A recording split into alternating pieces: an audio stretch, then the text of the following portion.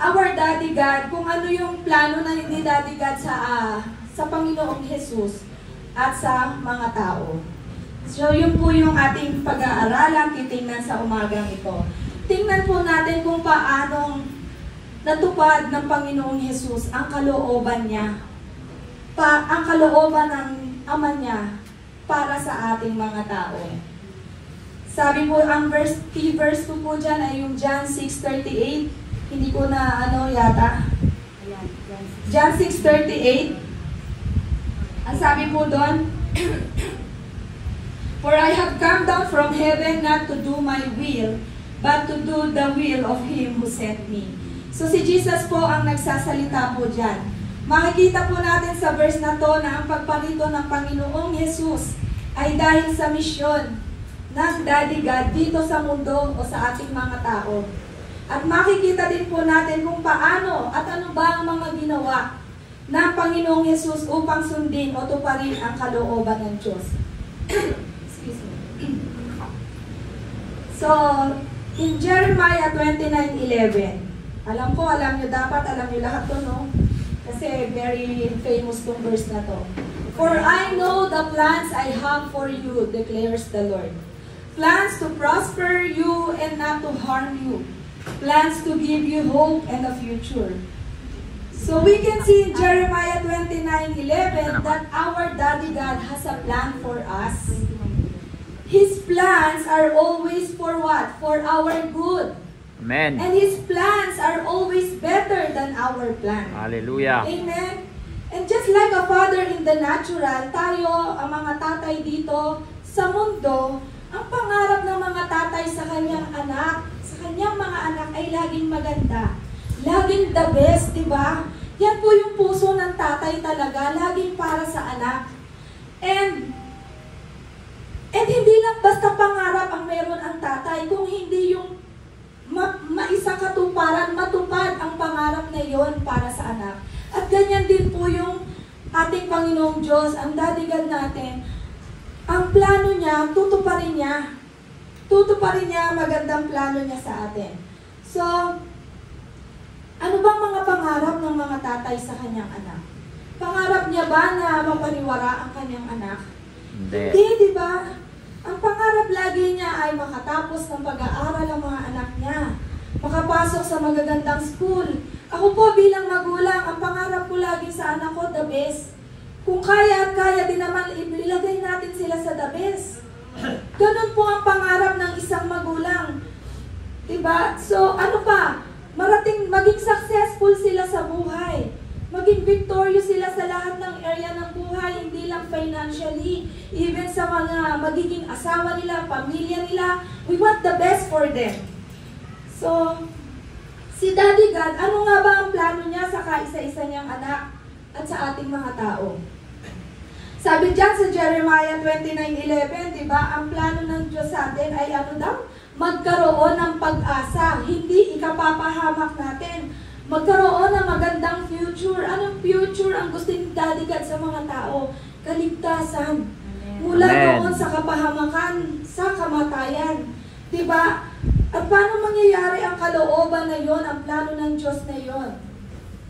Ang pamamaraan niya, alam naman po natin ang lahat, ang paraan na ginawa niya. He has to send down His only Son sa atin. Diba? Dahil ang Panginoong Diyos doon sa Jeremiah 29:11, sabi niya, to give you a future and a hope. Sino yung hope na tinutukoy doon? Ang Panginoong Jesus po yun. Sinasabi doon sa Jeremiah 29:11. Yung future na maganda, ang Panginoong Jesus po yun. So, He has to send down Jesus Christ for our future. For us to have hope. Yun po yun. So, sabi diba sa John 3:16, ibinigay niya ang kanyang bugtong na anak upang ang sino mang sa kanya'y sumampalataya ay hindi mapahamak kundi magkaroon na buhay na walang hanggan. That's how our Daddy God loved us. Diba? Makikita natin na hindi kapahamakan ang nais ng Diyos sa atin. So yun, binigyan niya po ang kaisa-isa niyang anak. Mahal po ng Diyos ang kanyang anak. Mahal ng Diyos ang kanyang anak, bakit ibinadala niya dito para mapahamak? Dahil mahal niya tayo. Amen. Kaya niya ipinadala Hallelujah. ang Panginoong Jesus. So sabi po sa John 17:23, Daddy God loved us as He loved His only Son. Ang pag-ibig ng Diyos po sa atin ay kapantay ng pag-ibig ng Diyos sa Kanyang kaisa-isang anak, ang Panginoong Jesus. Amen? So, ganoon po tayo kamahal ng ating Panginoong Diyos. May plano po ang Diyos sa ating lahat na isinilang po dito sa mundo. May plano ang Diyos, bakit naparito ang Panginoong Jesus dito sa mundo? So ano nga ba ang kalooban ng Diyos? Nais ni Daddy God, ulit-ulit no, nais ni Daddy God na iligtas tayo sa kasalanan at doon po sa kamatayan na naghihintay para sa atin. Next slide, John 6:38. Yung binasa natin kanina. For I have come down from heaven to the will of God who sent me, not to do my own will. So si Jesus po, naparito po pala siya. Tayo mga tao, bakit nga, natanong nyo na ba sa sarili nyo, bakit tayo isinilang sa mundo? Natanong nyo ba sa sarili nyo, bakit ako narito? Bakit dito ako pinanganak sa Pilipinas? Bakit ako pinanganak sa pamilyang ito? Bakit ako narito? May mga nagtanong din ba noon gaya ko? So, di ba, pagka kasi meron kang katanungan, then syempre, hahanapin mo yung kasagutan. Gusto mong malaman ang sagot.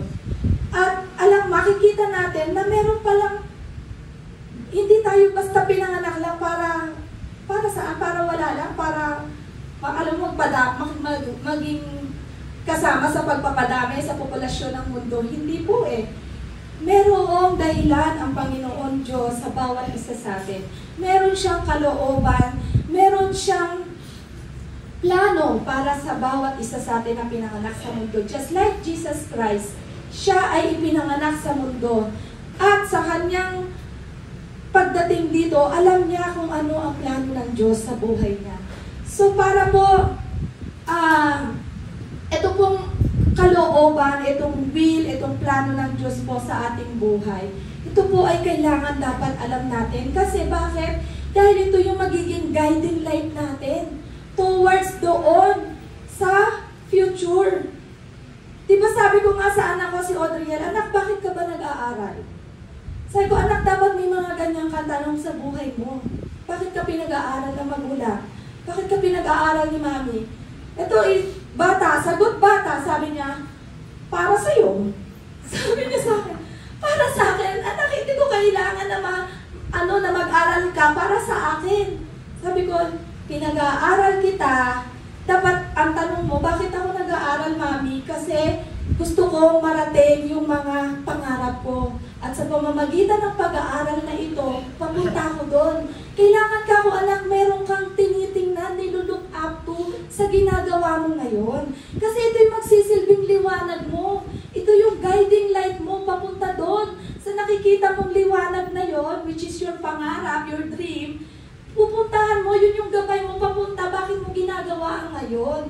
So si Jesus, nung pinanganak po siya dito sa mundo, alam niya bakit siya naandito. Diba? So alam niya po ang kalooban ng Diyos. At sabi niya, hindi pa sarili ko. Kung bakit ako napunta dito mula sa langit, ay hindi para sa sarili ko. Kung hindi gawin ang kalooban ng Amang Diyos. Praise Amen. God. Hallelujah. So alam ng Panginoong Jesus ang final destination niya. Alam ng Panginoong Jesus ang future na pupuntahan niya. At alam niyo ba kung saan yun? Pinanganak siya patungo sa krus ng Kalbaryo. Yun po ang nakikita niya na future. At yun ang pinakita ng Daddy God sa kanya, dito ka pupunta. Diba? Naalala ko yung, dahil tatay ngayon, naaalala ko si Kuya Ronnie. Yung mga anak niya talaga, may kwento siya na sa isang anak niya na ano bang gusto mong kuhanin course paglaki mo? Ang gusto yata ng anak niya parang about media, photography. Pero sabi ni Kuya, maganda yan. Pero alam mo ba anak, mas maganda to kung mag-aano ka, mag-medicine ka muna. Alam mo yung merong guide, di ba? Pinakita niya, eto ang maganda kasi yung photography kahit graduate ka na nga naman, pwede mo pa rin yung ituloy. Pero ito kasi yung magandang future para sa'yo. So yun, naalala ko yun. Kaya ito, dito natin makikita na ang kalooban ng ating Ama is talagang the best. Kasi kung ang anak ang pipili, limitado yan eh. Kaya tayo magulang, kaya tayo nandito para maging gabay ng ating mga anak. Hindi pwedeng tayo ang susunod sa anak. Habang bata pa yan, alam mo na bilang magulang, alam mo na mas may wisdom ka kesa sa kanila. Kasi ang karunungan na meron ng anak natin, limited lang yan eh. Emotional. Laging nakabase sa emotion. Gusto ko to, masaya to, maganda to. Pero ang plano ng magulang is pangkalawak, pangmalawak, pangkalahatan, di ba? So, hindi madali ang gagawin. Hindi madali po ang pinagagawa ni Daddy God sa kanya, kay Jesus.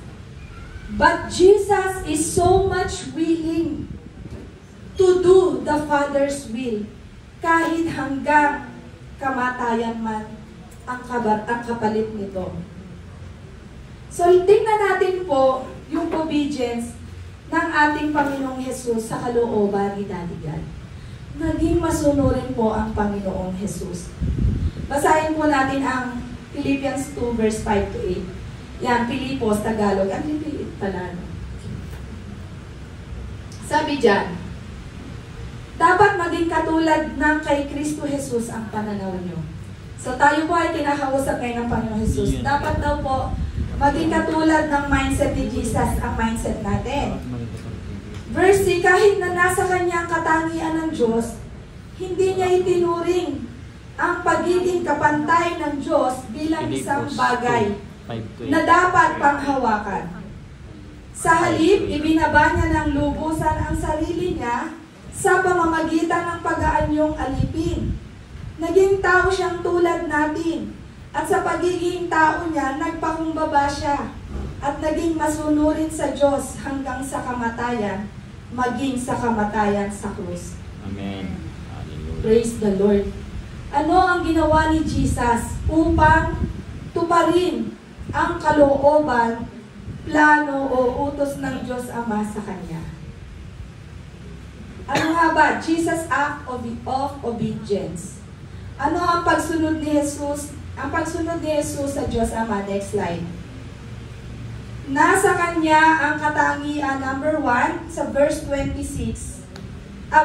Philippians 2 verse 6. Hinubad po ng Panginoong Jesus ang pagiging Diyos niya.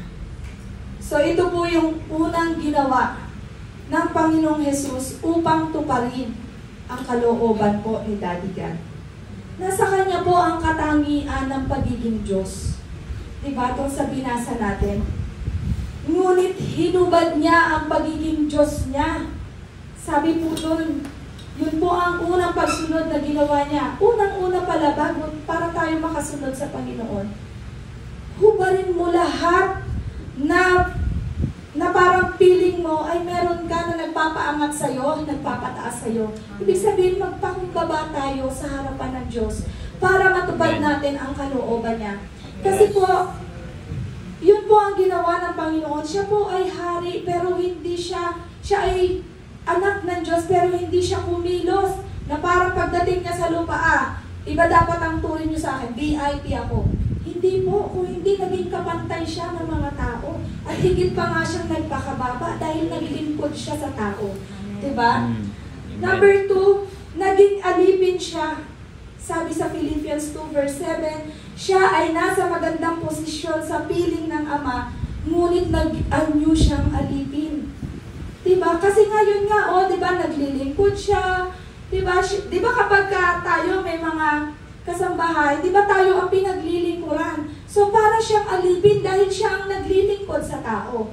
Kaya sabi, siya ay nasa magandang posisyon, pero siya nag-anyong alipin. Number 3, ano pa yung ginawa niya? Nagpakumbaba po ang Panginoong Jesus sa verse 8. So kailangan po nating magpakumbaba upang hindi tayo dapat maging mataas ang ere.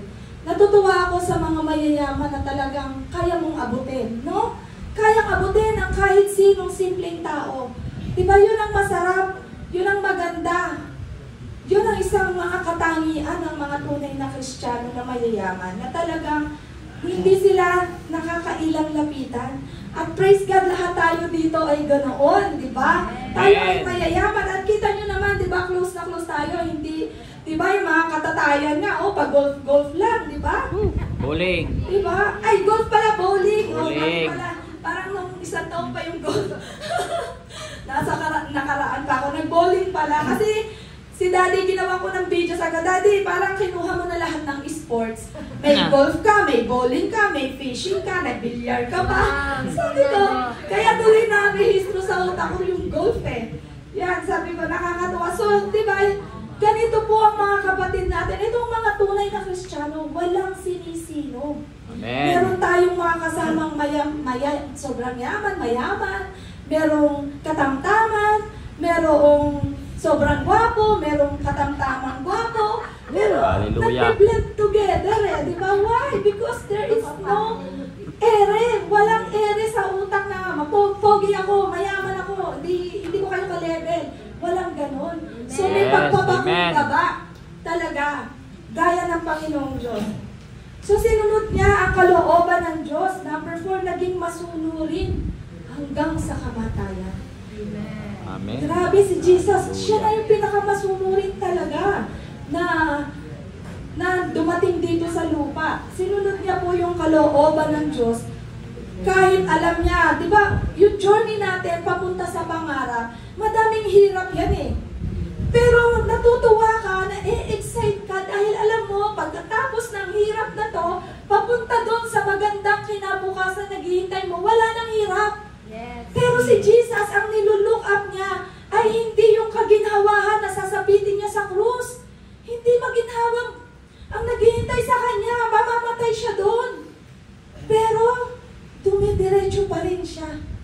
Tinutuloy niya pa rin ang paglakad, ang pagpunta niya hanggang sa marating niya yung finish line, which is the cross in the Calvary. So diba, si Jesus po ay naging masunurin. At number 5, namatay po siya sa kasalanan, katumbas ng kasalanan ng isang kriminal. Walang kasalanan ang Panginoong Hesus, pero namatay siya sa kasalanan ng isang kriminal. So siya ay walang kasalanan, pero bakit naging hatol, ang naging paraan ng kamatayan niya ay ganon, ipako sa krus? Kasi diba, parang sa atin, pagka namatay ka na may sakit, hindi naman matindi yung naging parusa dahil talagang nagkakasakit ang tao. Pero si Jesus Christ, namatay siya na wala siyang kasalanan. Sinintensyahan po siya eh. Diba? Kumbaga, kamatayan po talaga ang naging parusa sa kanya, pinako siya sa krus at yung kamatayan ay natanggap niya. So, tandaan po natin that Jesus Christ is 100% man. Naniniwala po ba kayo na ang Panginoong Hesus ay tao? Amen. Amen, tao po siya. Siya po ay may spirit. Next slide, siya po ay may spirit, may soul, and body. He has a mind, will, and emotion. And He has also free will and freedom of choice. So, katulad po natin ang Panginoong Hesus. No excuses na sasabihin natin na kaya naging ganon kagaling, naging ganon kamasunurin ng Panginoong Hesus dahil siya naman ay anak ng Diyos. Espiritu ng Diyos ay nasa Kanya. Kaya nagawa niya, perfect siya eh. Dahil Diyos din siya. Alam niyo po, si Jesus po, dahil siya may 100% man, hindi po siya exempted sa tukso dito sa mundo. Diba dito po sa mundo ang daming tukso? Kahit gusto mong bumait, pero di mo kapagawa dahil nga po sa tuksong nakapalibot sa mundo. Lahat ng tao gustong bumait, pero hindi nila talaga magawa dahil ang daming tukso, ang daming kasamaan na nakapalibot sa mundo. Si Jesus po, hindi po siya exempted sa tukso. Ang dami niya pinagdaan ng tukso bago niya marating yung finish line. yung purpose niya dito sa mundo. Ano yung unang tukso na dinaanan niya? He was tempted in the wilderness while he was fasting. Nung siya po ay nag-aayuno. Fasting means walang to go without food, walang pagkain for how many days? 40 days. Tapos po, eto si Satan, tutuksuhin siya. Kung ikaw talaga ang anak ng Diyos, gawin mong tinapay ang batong ito. Pero hindi po natukso si Jesus. 3 beses siyang tinukso ni Satan. Pero ang sinabi niya, hindi ako kasi si Satan pinapalabas niya yung kapangyarihan. Dinidistract niya si Jesus. Kasi kilala ni Satan si Jesus eh. Dinidistract niya si Jesus para hindi matupad yung kalooban ng Diyos sa buhay niya. Just like us. Ang daming distraction along the way para hindi mo matupad ang pangarap mo. Sa mga estudyante, napakatindi ng challenge ngayon sa estudyante. Lalo sa mga bata. Ang mga anak ko talaga nung araw kami, sabi ko, Daddy, bakit gano'n nung araw? Tayo naman ay naging bata din, hindi naging mahirap sa ating mag-aral.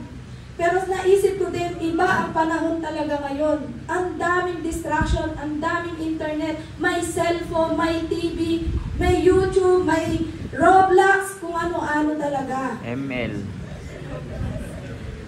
Kasi ang mga anak ko, kahit si Ace 4 years old, 5 years old, nagro-Roblox na. Sabi ko, di ka pa nga magsulat. Nagro-Roblox ka pa. Sabi ko, alam mo na yan. Sabi ko, challenging din po ang maging parent sa panahon na to.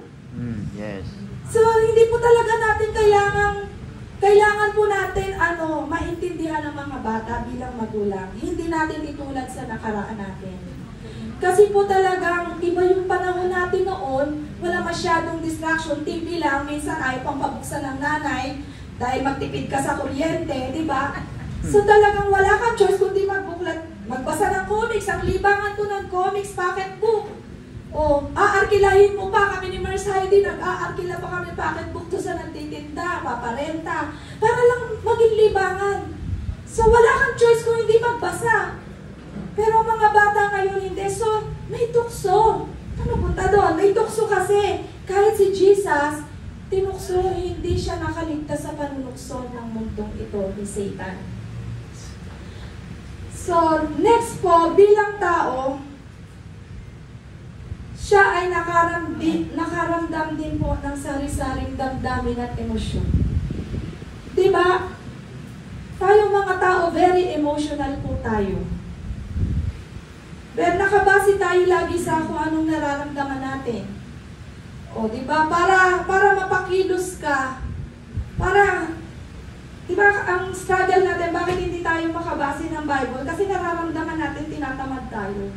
Kasi ako nararamdaman ko talaga minsan, di ako makakonsentrate, natatamad ako. Pero, tapos pag nagbasa ako Bible, inaantok ako, wala pang 2 minutes, tulog na. Nakita ko, ay, nakatulog pala ako. Pero pag mag-cellphone ka, 2 oras na, ngalay na ang kamay mo, hindi ka naman antok eh.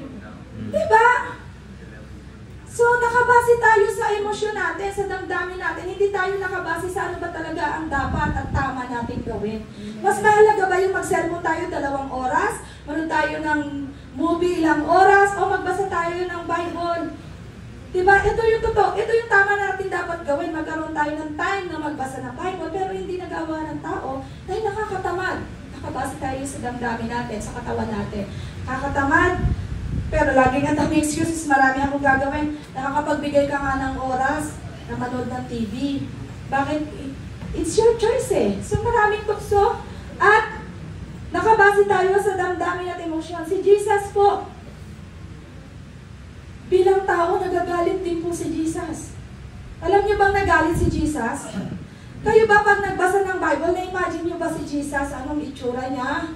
Anong ginagawa niya? Kasi hindi specific sa Bible na si Jesus ay tumawa. May nabasa ba kayo tumawa si Jesus? Jesus wept. Ito, nakalista din dito sa akin na may damdamin si Jesus, umiyak siya nung namatay si Lazaro. Nagalit siya noong may mga nagtitinda sa harapan ng simbahan. Diba? At si Jesus po ay nag-alala din ng sobra para sa kanyang sarili. Nakaramdam din siya ng takot para sa sarili niya. Basahin nga natin yun. Gustong-gusto ko yun eh. Yung Luke 22, verse 42 to 44. Luke 22. Hindi ko siya naisama kasi masabi ko pampahaba sa slide. Pero gusto ko siya magpasadahan. Na si Jesus po, parang sabi niya sa Tagalog, ang ganda ng Tagalog eh. Tingnan ko po sa aking Tagalog. Luke 22. Maaga pa naman kasi matatapos na ako, kaya magbasa tayo ng mga verse. Luke 22, verse ano ba sabi ko? 42. 42, 44. Luke 22, verse... Ayan. 42, verse 42. Luke chapter 22, verse 42. Ayan. To 44. Sa Tagalog, sabi po, Ama, kung maaari ay ilayo nyo sana sa akin ang mga paghihirap na darating. Ito po yung nakikita niya na malapit na po siyang ipako sa krus. Ngunit hindi ang kalooban ko ang masunod, kundi ang kalooban nyo. Tingnan nyo po, lagi siya nakafocus doon sa kalooban ng Diyos sa buhay niya. Bakit siya nandito sa mundo? Verse 43, nagpakita sa kanya ang isang anghel mula sa langit at pinalakas siya. Verse 44, dahil sa paghihirap ng kanyang kalooban, lalo siyang nanalangin ng taimtim at ang mga pawis niya ay parang dugo na tumutulo sa lupa. So yun po, nakita po natin doon na sabi niya, kung maaari po, ilayo mo sa akin ang paghihirap na darating. So nag-alala po siya sa kanyang sariling buhay. Nakakaramdam din po siya ng pag-aalala gaya nating mga tao para sa sarili niya. Kasi may nagra-rise up po talaga sa katawan natin. Kasi nandito yung 5 senses natin, dito tayo natatakot, dito tayo naaalala. And si Jesus, pinatunayan po sa atin ng Bible na siya ay tao din. Pero bakit hindi siya nagkasala, hindi nagtagumpay ang damdamin na yon ng pag-aalala? Dahil sabi niya, ang kalooban mo pa rin, ang Diyos ko ang masunod at hindi ang kalooban ko. So bilang tao po si Jesus, He also has free will. He has a freedom of choice to choose. Diba? May choice siya na hindi sumunod. May choice siya na hindi magpakumbaba. May choice po siya na hindi tuparin ang kalooban ng Diyos. Tayo po, meron tayong choice. Gaya ni Jesus. Dahil si Jesus ay tao din. So meron din po siyang choice na hindi na lang tuparin ang sinasabi ng Diyos na ito ang purpose mo, bakit ka nabuhay sa mundo. So for me, may choice din ako na hindi humarap, hindi tumayo sa harapan. Diba? Si Ate Ana, may choice siya na hindi humarap dito o kumanta. So, gano'n na Panginoon Diyos, binibigyan tayo ng choice. Pero kung nakafocus ka doon sa kalooban ng Diyos sa buhay mo, Daddy God, let your will be done. Ang kalooban mo, ang masunod at hindi ang kalooban mo. So parang sa ating mga anak, bilang magulang na talagang very privileged po tayo na maging magulang no? Ano ba sabihin ko? Parang yung mga anak natin, may choice naman sila na hindi sumunod sa atin. Ginaguide natin sila. Sabi ko, pag ako naiinis sa mga anak, kayo, mga anak, may choice kayo. Gusto nyo, wag na kayo mag-aral, mag-cellphone na lang kayo maghapon. Ito laging struggle namin. Kaya pag gising sa umaga, cellphone na hawak. Nag-movie marathon. Yung dalagita ko. Sabi ko, kakain na, walang lumalabas. Cellphone. Sabi ko, i-drop nyo lahat ng cellphone dyan. At tayo ay ganto-ganto gagawin. Nakakairita pala yung ikaw lahat kumikilos, mga anak mo nakahiga. Mga sama pa natin yung panganay natin, no? Yung mga tatay. Yung panganay natin yung mga tatay, mga nakahiga, nakataas sa paa, nanonood, scroll, kakain na. Diba? So, May choice, sabi ko, may choice kayo mga bata. Yan ba talaga ang gusto nyo sa buhay nyo? Sige, maghapon na lang kayong mag-cellphone. Pero at least, napapakita mo na may choice sila, pero napipili pa rin nila yung tama. Babaan na sila ng cellphone. Nakakatuwa naman sa mga bata, meron silang respect sa magulang, may takot, sumusunod naman. So hindi ko kayo pinapagalitan. Sige, maghapon, o, paglabat yung isa, eto pa. O, ayan, dami natin gadget dito, wag kayong titigil. Reverse psychology yata yun. Binababa na nila, ibig sabihin, alam nila galit na ang mami. So, si Jesus po, may choice siya na huwag sundin ang sinasabi ni Daddy God. Pero hindi niya po ginawa. Hindi niya ginawang unahin ang gusto niya. Yun ang gusto ko sa Panginoong Yesus. Bilang tao, tayo lagi natin inuuna yung gusto natin.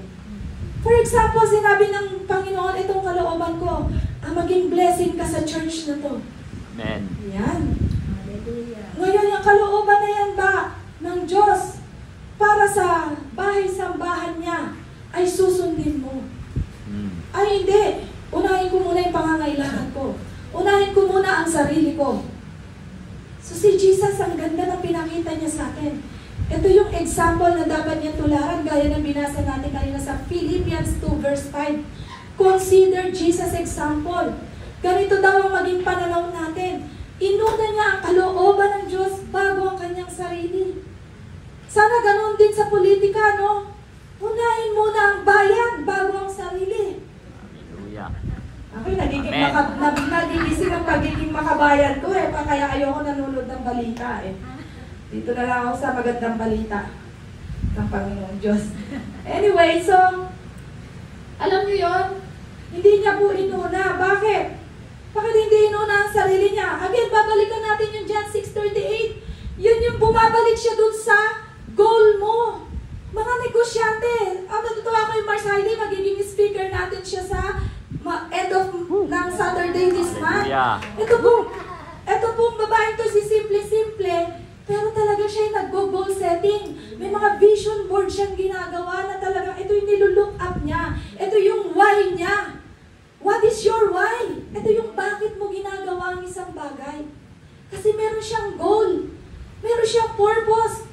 Si Jesus, every time may temptation, ito yung kanyang hawak. Ito yung roadmap niya. Ito yung goal niya kasi.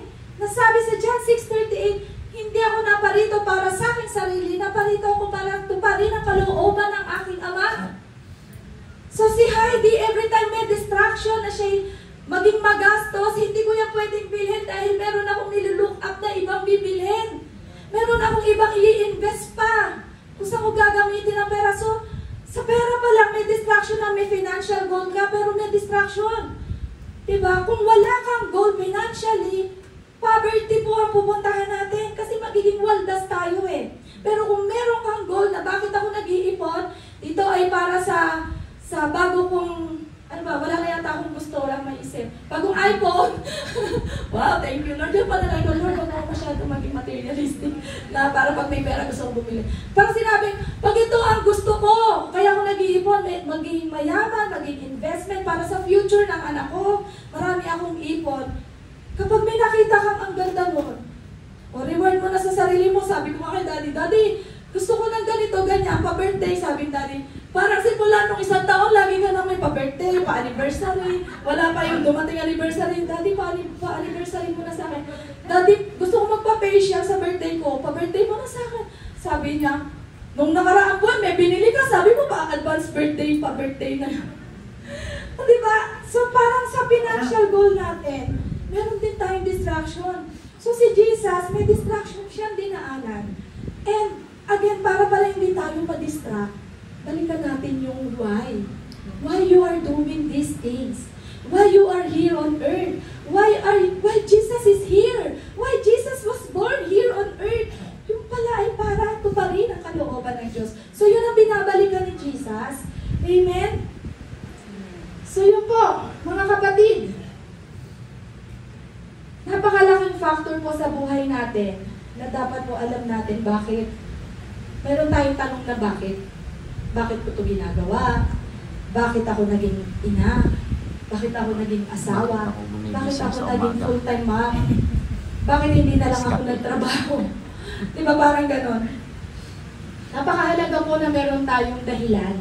Bakit tayo narito? Bakit natin ginagawa ito? Just like Jesus. Kasi yun po yung guide natin. So, siguro magsimula na tayo ngayon na tanungin, kung hindi nyo pa natanong, na Lord, bakit mo ako binigyan ng buhay? Bakit ako nabubuhay sa mga panahon na to? Diba? You have to start asking God, what is your plan for my life, Lord? Alam niyo po, may i-share lang ako kwento dahil lagi ko naman po itong nasi-share for how many years na 7 years in a row, walang mintis, ay nagpo-Bible study po kami. And ako talaga nag-suggest kay Isel noon, talaga na sabi ko, why not mag-start tayong Bible study? Nung simula pa lang, nagsisimula pa lang ng BS. Nagsimula kami ng Bible study, financial stewardship. At doon na-receive namin ang mga financial breakthrough. Alam niyo ba, sa isang libro na pinag-aaralan namin, I realized as I look back, hindi pa natatapos yung libro na pinag-aaralan namin. May pinapakita, may ini-impress na sa akin ng Holy Spirit. And it came to pass bago mangyari, bago matapos yung libro. Yung pong isang Bible study namin na how to find, follow, and fulfill God's will. Naging napakaganda nito, malaking impact sa akin. Bakit po? Dahil habang kami po ay nagbo-Bible study sa bahay ni Nina, ang dami namin doon. Tapos sabi ko, alam nyo, sasabog na tayong lahat kung hindi tayo lalabas sa lugar na to. Kung tayo lang. Sabi ko, it's about time. And I know the Holy Spirit impressed me na it's about time na lumabas na tayo sa circle na to. At magbabahay Bible study na tayo, kanya-kanya. Dahil punong-puno na kami, talagang pag nag-sharing kami, kulang ang 1 oras sa isang tao pag nag-share siya. Kaya sabi ko, kailangan na nating lumabas.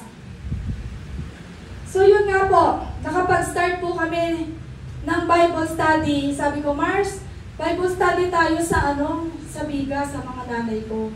Kasi tagal ko ng Kristiyano pero di pa Kristiyano mga magulang ko. Sabi ko, baka naman pwedeng alagaan natin sa Bible study. Ikaw ang teacher. Tapos sabi naman niya, o sige Mars, tapos ikaw naman maging teacher sa bahay namin. So yun yung deal namin. At yun po, nagsimula po doon hanggang sa dumami na hanggang naitayo itong church na to at nagkaroon ng mga faith group at ang dami na po natin bina-Bible study, praise the Lord. Amen. Diba? So doon ko po, sa napapunta, doon ko po nakita yung title na How to Find, Follow, and Fulfill God's Will. Nag-manifest sa akin. Nakita ko po, nabuhay po sa akin. It come to pass, it came alive, diba, in my spirit. At talagang ito po ang resulta. May mga Bible study po na nangyari. So, I discovered that this is God's will in my life. So, ilang taon na nga ako ngayon? 45 years old. Minus, ilang taon na yung Bible study namin sa BS? 3 years. Imagine niyo, 42 years old bago ko natagpuan ng kalooban ng Diyos sa akin. Amen. Eh, paano natin matatagpuan ang kalooban ng Diyos? If you are soaked in the Word of God, kung babad ka sa salita ng Diyos. Sabi ko nga sa inyo, for how many years nag-BS kami, doon ko nakita ang purpose ko sa salita ng Diyos. Sabi ko, Lord, kaya pala ako nabubuhay sa mundong ito. Ito pala ang kalooban mo. Maging encouragement ako sa aking mga kapatid, sa mga tao. Makapagsalita ako ng ganito, which is hindi ko naman kaya kung hindi ako naging babad sa salita mo. So yun po. And nung nakita ko yung plano, I found my God's will, my purpose. I follow it. And now I know I am fulfilling it unti-unti. And parang ang Panginoong Yesus, may mga distractions sometimes po talaga nakakatamad.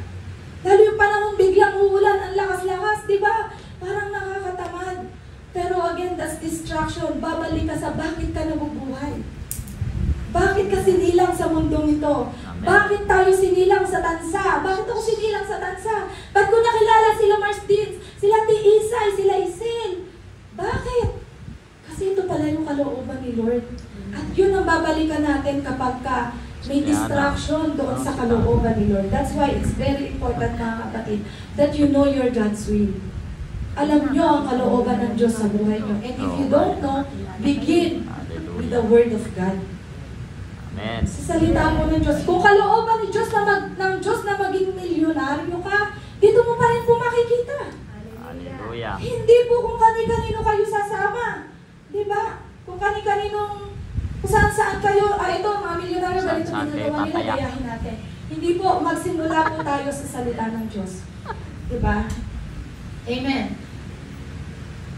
So maybe we can say, nagawa ni Jesus ang kalooban ng Diyos kasi nasa kanya yung Espiritu ng Diyos eh. We can make excuses like, hindi natin kaya tuparin ang kalooban ng Diyos sa buhay natin. Kasi, mahina tayo, hindi naman tayo kagaya ni Jesus. Diba? Minsan ganyan maririnig mo, excuses, excuses, excuses. Diba? Pero again, si Jesus nga po, diba, hinubad niya yung pagka-Diyos. So, ibig sabihin, parang naging tulad natin siya normal. Diba? Nagpakababa siya na parang alipin, pero natapos niya. Natupad niya ang pinapagawa ni Daddy God.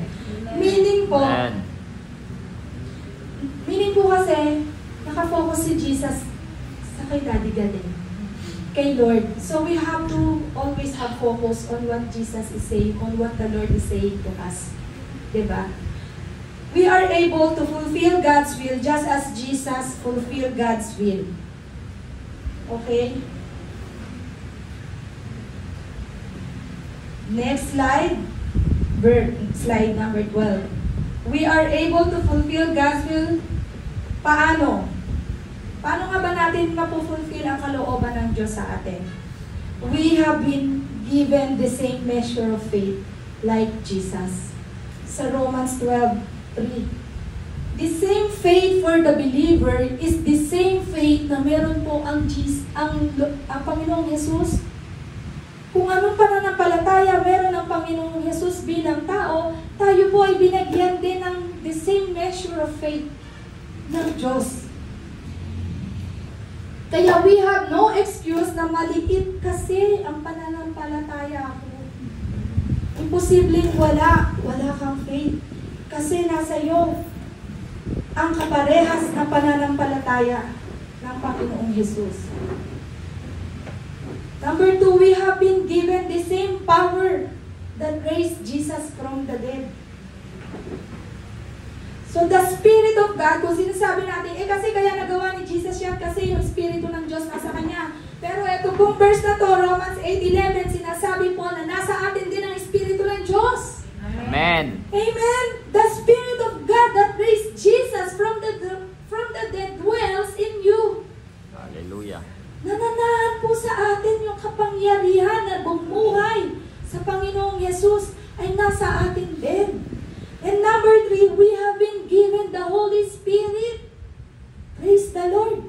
So we have no excuses, mga kapatid. Nung si Jesus po umalis, iniwan niya sa atin ang kanyang banal na Espiritu. Why? Kasi nga meron din siyang purpose para sa atin. Ano yung purpose ni Jesus sa atin? To spread the gospel. Yan yung commission natin. Commission ni Jesus sa atin eh. Diba? To preach the gospel. So napakaganda. Paano natin magagawa yun? Hindi naman po ako pastor. Di pa ako nag-aral sa Bible school. Hindi po ako leader. Kapatid, kaya nga tayo nagba-Bible study to equip you to make disciples so that all of us can preach the gospel. Amen. Can share within our reach. Can share the word, the good news of God. Yan po ang kalooban ng Diyos sa ating lahat. Amen. So wag po nating i-miss ang mga Bible study, ang mga fellowship, ang mga gawain sa church kasi dito po natin makikita yung kalooban ni Lord. Dito natin masusunod, dito natin matutupad. Amen? So we have the Spirit of God, the Holy Spirit. Kaya na mag-i-empower sa atin para po mapagtagumpayan natin ang lahat ng distraction, ang lahat ng tukso na nakapaligid sa atin. Hindi po tayo mahina. We are strong in the Lord. Our God is our firm foundation. Sabi ng kanta. Amen. Amen. We are not shaken. He will never fail. Hallelujah. Napakabuti ng Diyos, di ba? So kapatid, ano ba ang kalooban ng Diyos sa iyo? Alam niyo po ang kalooban ng Diyos sa atin? Kasaganaan, Amen. kapayapaan, Amen. kalakasan, kalusugan, Hallelujah. amen, kaligtasan. Amen. Diba? So, ano po ang kailangan natin gawin para ma-fulfill natin ang kalooban ng Diyos? Unang-una, gayahin po natin ang example ni Jesus Christ. Philippians 2:5-8. Diba? Ano yun? Mag-obey tayo. Obedience. Diba? Obedience also mean agreement. Agree in the Lord. There's a power in agreement. Kapag nag-a-agree ka sa salita ng Diyos, ibig sabihin sumusunod mo ang salita ng Diyos. Amen? So, hindi po ito magiging mahirap dahil the Spirit of God that dwell in Jesus Christ also dwell in us. Masyado lang nating minimenos ang mga sarili natin. But ang katotohanan is you have been given the same power. Just like Jesus. The same power that raised Jesus from the dead. Amen. So, ang maging guiding light natin, tingnan din lagi natin ang krus. Diba?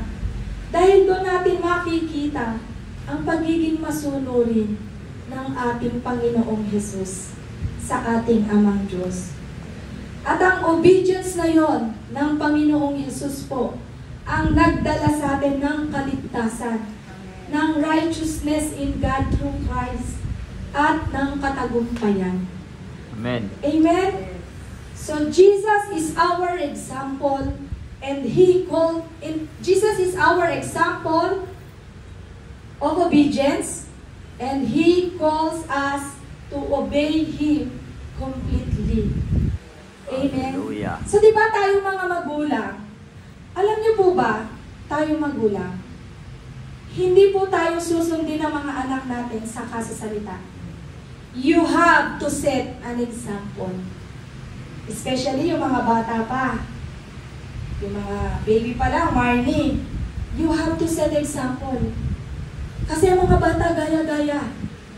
So kung ano ang nakikita nila sa magulang, yun ang gagawin nila. So Jesus has set an example of obedience. And He expects us to obey Him completely. Yes. Are you following? Amen. May nare-receive po tayo? Yes. Alam niyo po, ito pong Philippians 2:5-8. Nangyari po to, binabasa ko lang to last Wednesday. And iba yung naging dating ko sa akin. Kaya nakagawa ko ng mensahe na ganito. Sabi ko, ganun lang pala. Kasi ang ganda po sa TPT version, kung may TPT version po tayo dito. Sabi doon sa Philippians 2:5, consider Jesus' example. Basahin ko po. Ako po pag nagbabasa ako ng Bible, tinitingnan ko po sa iba't ibang translation. Para mas maunawaan ko. So, napakatagal po ng aking pagbabasa. Kasi hanggat hindi ko siya nauunawaan, hindi ko siya titigilan. Kaya hinihingi ako ng tulong sa banal na Espiritu. Lord, i-reveal mo na sa akin ibig sabihin nito dahil hindi ako nakakasain pa. Gutom na yung mga anak ko. Sabi, Mami, gutom na kami. Mag-biscuit ka muna. Sandali lang, malapit na matapos. And consider, eto po, TPT. Verse 5, and consider the example that Jesus, the Anointed One, has set before us. Let His mindset become your motivation. Amen. Diba? Ito daw po ay maging example natin ang ginawa ni Jesus Christ at yung kanyang pananaw ay maging motivation din natin. Verse 6, He existed in the form of God, yet He gave no thought to seizing equality with God as His supreme prize. Praise the Lord. Verse 7, instead, He emptied Himself of His outward glory by reducing Himself to the form of a lowly servant. He became human. Verse 8, He humbled Himself and became vulnerable, choosing willing to be revealed as a man and was obedient. Pinili niya po na maging tao, to be revealed as a man. At siya po ay naging obedient. He was a perfect example. Sabi po dito sa verse 8, He was a perfect example even in His death, a criminal's death by crucifixion. At alam po nangyari, pag binasa niyo patuloy-tuloy, because, verse 9, because of that obedience, God exalted Him and multiplied His greatness.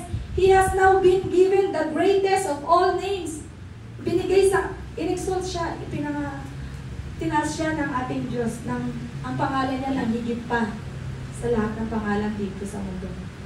So mga kapatid, sobrang na-bless po ako dito, kaya tinuturuan ako, personally tinuturuan ako ng Diyos, paano ko matapos, paano ko mapuntahan, yung pinapapunta sa akin ni Lord, yung dream niya sa akin, yung dream ng aking daddy God sa akin, paano ko siya mapupuntahan? Sabi, consider the example of Jesus. So, Amen. Ibig sabihin, if He deny Himself, I have to deny myself also. Para matapos ko po yung pinapagawa ni Lord. Hindi pwedeng, sarili ko muna. Kung hindi, gayahin mo ang ginawa ng Panginoong Jesus. Hindi niya inuna ang sarili niya. So, Jesus is our example of obedience and He calls us to obey Him completely. Do you want to obey Jesus? Amen. Amen. That's why narito tayong lahat. We want to know more about Jesus. So kapatid, continue to immerse yourself, soak yourself in the Word of God. And alam niyo po, ang salita ng Diyos, hindi lang ito magandang balita na wala lang. It has power to transform your life. So, punta tayo lagi po sa kalooban ni Lord. Obey po tayo. Pag may pinapagawa siya, punta ka doon kapatid. Attend ka ng Bible study kapatid. Attend po tayo, sunod po tayo. Because, again, sabi sa Jeremiah 29:11, anong plano niya? For our good. Pag sinabi ng Diyos, para yun sa ikabubuti natin. Amen? Amen. So, amen. Thank you, Lord. Tayo manalangin, Panginoon. Maraming salamat sa umagang ito. Tunay nga po, napakabuti mo, Lord. Salamat, binigyan mo kami ng pagkain sa umagang ito spiritually. And we are strengthened, Father God, for this food. You are indeed the bread of life, O God. Hallelujah. Tunay nga, Lord, na in your presence there is fullness of joy. At nagagalak ang puso ko, Panginoon, na ginagamit mo ang buhay ko, Lord God, to be, Lord, to preach your gospel. And that is also my heart, my desire for my brethren, Father God, that each one of them, Lord God, thank you, Lord, that you anoint them also to preach the gospel, O God. Hallelujah. Thank you, Lord, for your Holy Spirit that will give them boldness, Lord God, to share your word, Lord God, sa lahat, Panginoon, ng mga kakilala namin, because this is your God's will for us. This is your will for all of us, Lord. This is your plan, that we become the light of this world. Hallelujah. Lord, this world is full of darkness. But thank you, Lord, that you are our light. Our light na nagsashine when we enter to one place, Lord God. Lumalayo ang kadiliman. Hallelujah. Thank you, Lord, for that. Amen. Lord, you are such a good, good Father. You are such a sweet, sweet Daddy God.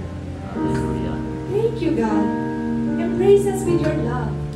Thank you for your love. Your love has made us complete, oh God. Ano man ang disposition namin sa buhay ngayon, Lord, we feel so complete. Nothing's missing, nothing's lacking. Amen. Hallelujah. Thank you, Lord. You are so good. You are the Amen. best. Oh, hallelujah. Oh, Holy Spirit, thank you for ministering to us. You are so, so good, Daddy God. We have found you, Lord. You have found us, your children, and we are feeling, Lord, we felt your embrace to each one of us. That we are not alone. Oh, God. We're so blessed. Nakaka-bless ang pag-ibig mo, Lord. Fullness of joy. I release fullness of joy, Lord, from within, from inside out. It will manifest, Lord God, in our surrounding. Hallelujah.